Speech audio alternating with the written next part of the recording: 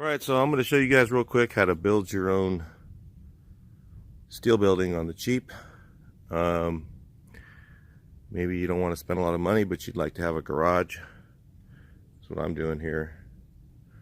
In our city, you can have up to 120 square feet that you don't need a permit if you don't have power in it. So they call it a shed, but you can make it a garage size.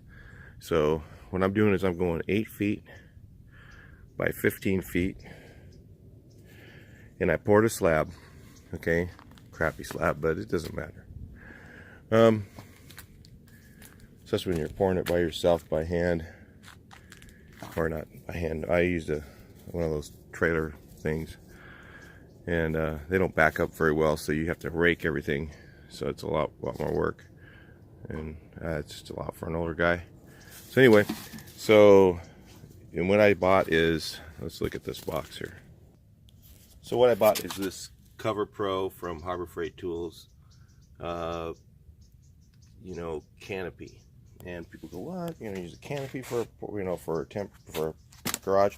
Well, it's good for, one of these is portable, but I'm gonna make it a permanent garage, and I'll show you that in a second. So it comes in this kit like this. You get a whole bunch of stuff.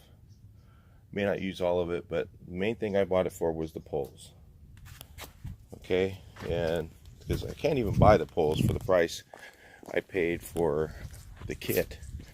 I couldn't even buy conduit for that price. It was like 200 bucks. So then I'm gonna buy this stuff here. I'll show you. I'm actually gonna buy these things here. These are called PBR panels. So it comes in a 3-foot section, and it goes from here to there. So let's take a look. They have it in 16-foot lengths. So I'll have to cut a foot off to be under, to be in legal. And what I'm doing is I'm also modifying the frame, and I'll show you that.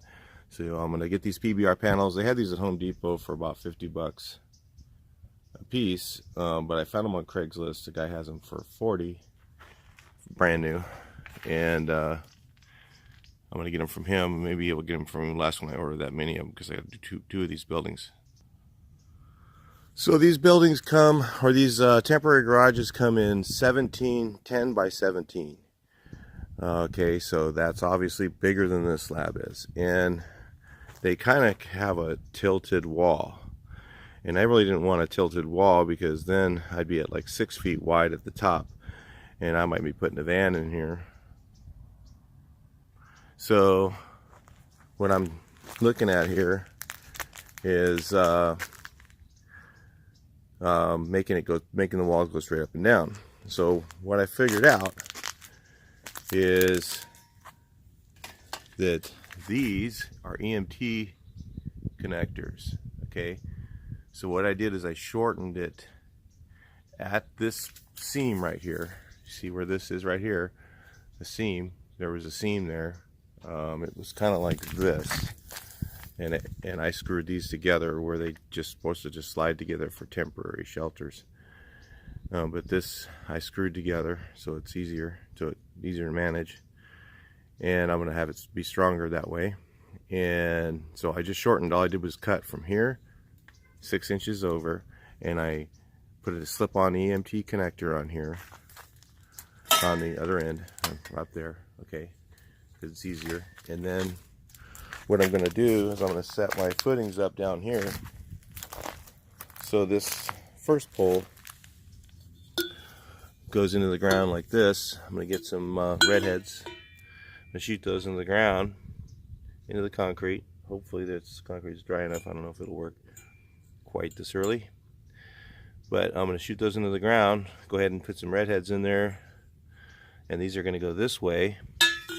And then in the middle, this is what comes in the kit. Okay, in the middle section there's these.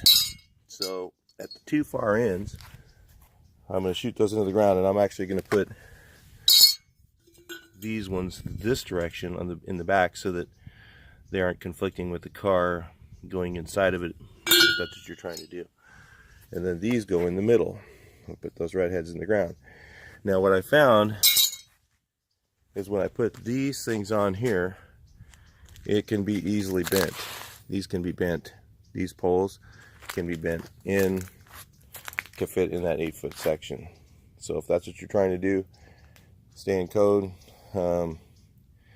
which I highly recommend. If you some areas are 100 square feet, some areas 120. If you can do 120 square feet, then you'll get this done no problem. And so I'll bend them in and I'll put them in their footings where they're supposed to go. And then what I'm going to do is get my PBR panels, start in the top, because you want to do your top piece like that, and then I'll be putting the PBR panels on. So anyway, I'm going to do a series of videos on this, so you guys can search the channel and you'll find more on this if you're interested in doing it.